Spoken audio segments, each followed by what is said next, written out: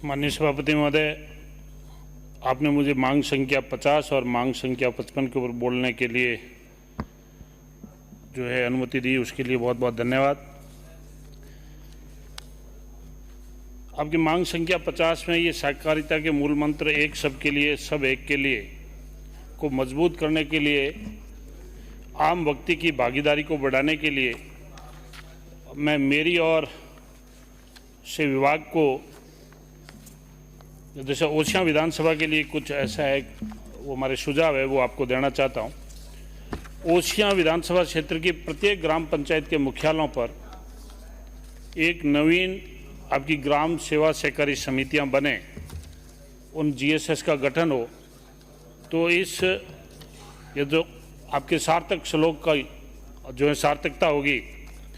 ओछियाँ क्षेत्र में संचालित अभी भी बहुत सारे ऐसे जीएसएस है जो भवन विहीन है, वहाँ पर नवीन भवनों की आवश्यकता है और उनके साथ में ही यदि आपके गोदामों का और जैसे भंडारों का निर्माण हो तो इसमें बहुत कुछ ये जैसे किसानों का फायदा हो सकता है। एक ये जैसे महत्वपूर्ण बात है और काफ़ी इस आपके जीएसएस में एक हमारे खास करके पश्चिमी राजस्थान के अंदर बड़ी अड़चन आ रही है। आपके प्रदेश के राजस्थान सहकारी सोसाइटी अधिनियम 2001 की धारा 35 और 37 के तहत जो राजस्थान जो सहकारी सोसाइटी के नियम 2003 के नियम 45 में जो है संशोधन करने की ये तो बहुत बड़ी आवश्यकता है। जैसे क्योंकि ग्राम सेवा सहकारी समितियों की जो चुनावी प्रक्रिया है उसमें संशोधन की जरूरत है। माननीय अध्यक्ष जी, इसमें संचालक मंडल में कुल आपके निर्वाचित सदस्यों की संख्या 12 होती है और जिसमें से आपके 11 सदस्य होते हैं वो ऋणी होते हैं और आपका केवल एक सदस्य अऋणी होता है। हमारे खास करके पश्चिमी राजस्थान के अंदर और जैसे खास करके ओछियाँ विधानसभा जैसे क्षेत्र में पार्टी विशेष के कुछ लोगों का ऐसे जीएसएस के अंदर कब्जा है, तो वो लोग अपने चहेते लोगों को ही ऋण देते हैं और चहेते लोगों को ही ऋणी बनाते हैं और बाकी के तो वो सिर्फ अपने जो सदस्य के नाम पर वो सिर्फ सदस्य है और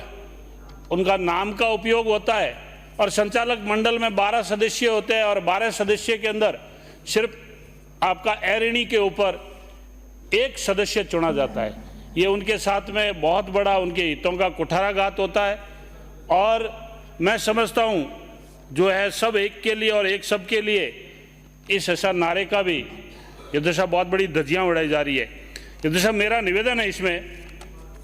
कि संचालक मंडल में निर्वाचित होने वाले ऋणी और अऋणी के सदस्यों की असमानता को, इनकी भिन्नता को मिटाते हुए एक रूपता को रखते हुए और समान रूप से ऋणी तथा अऋणी के सदस्यों की संख्या समान रूप से रखते हुए 5-5 सदस्यों को ऋणी तथा अऋणी सदस्यों के रूप में निर्वाचन होना चाहिए। क्योंकि इसके अंदर जो व्यवस्थापक है और जो अध्यक्ष है, जो जिनके चहेते हैं उन्हीं को ऋण देते हैं और जो चहेते हैं उन्हीं को ऋण देते हैं और वही वोटिंग करते हैं। तो वर्षों से हमारे जीएसएस पर इतने काबिज हो गए। जैसे मुझे याद आ रहा 2013 से 18 के बीच में जब 2 दिनों के लिए विधानसभा आपकी स्थगित रही और हमारे आपके ओछियाँ विधानसभा क्षेत्र के अंदर आपका लगभग 84 करोड़ रुपए मुआवजा का मिला था अतिवृष्टि ओलावृष्टि के टाइम में। तो इन ऐसा सहकारी समितियों के मार्फत उन किसानों को मुआवजे का बंटवारा हुआ। एक जो है किसान का खेत एक किसी ग्राम पंचायत में था और दूसरा खेत और किसी गांव में था, एक खेत किसी और ग्राम पंचायत में था। इन जीएसएस वालों ने उन बड़े बड़े किसानों को ये बोला कि आप एक जगह से मुआवजा ले सकते हैं। उन जीएसएस वालों ने उस किसान को एक जगह से मुआवजा दे दिया, लेकिन उन्हीं जीएसएस वालों के आपके जो है व्यवस्थापक और अध्यक्ष ने जो दूसरी जगह की किस्त आई हुई थी वो उन्होंने खुद ने फर्जी साइन करके और वो किस्तें उठा ली। उसके अंदर भी करोड़ों रुपए का घोटाला है। यदि आप जांच करवाएंगे तो उसके अंदर भी बहुत सारा घालमेल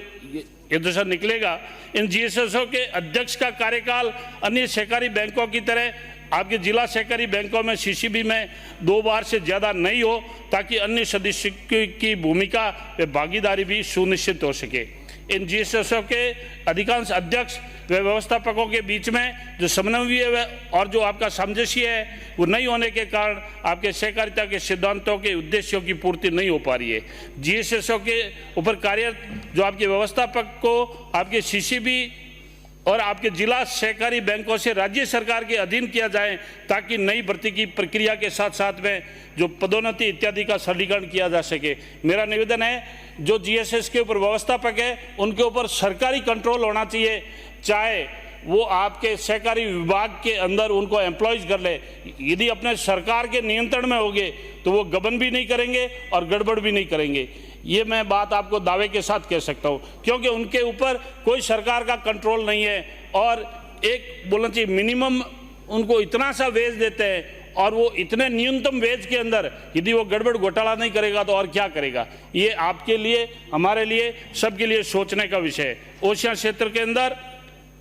जो नवीन कस्टम जो है हायरिंग केंद्र खोलने की जो है स्वीकृति प्रदान करावे। ग्राम सेवा सहकारी समितियों के पार्टी विशेष के राजनीतिक हस्तक्षेप व दखल को कम करने के लिए, आमजन की भागीदारी व भूमिका को बढ़ाने के लिए प्रदेश के राजस्थान सहकारी सोसाइटी अधिनियम के तहत चुनावी प्रक्रिया के नियमों में संशोधन करना जनहित के अंदर बहुत जरूरी है। मेरा माननीय मंत्री महोदय जी से निवेदन रहेगा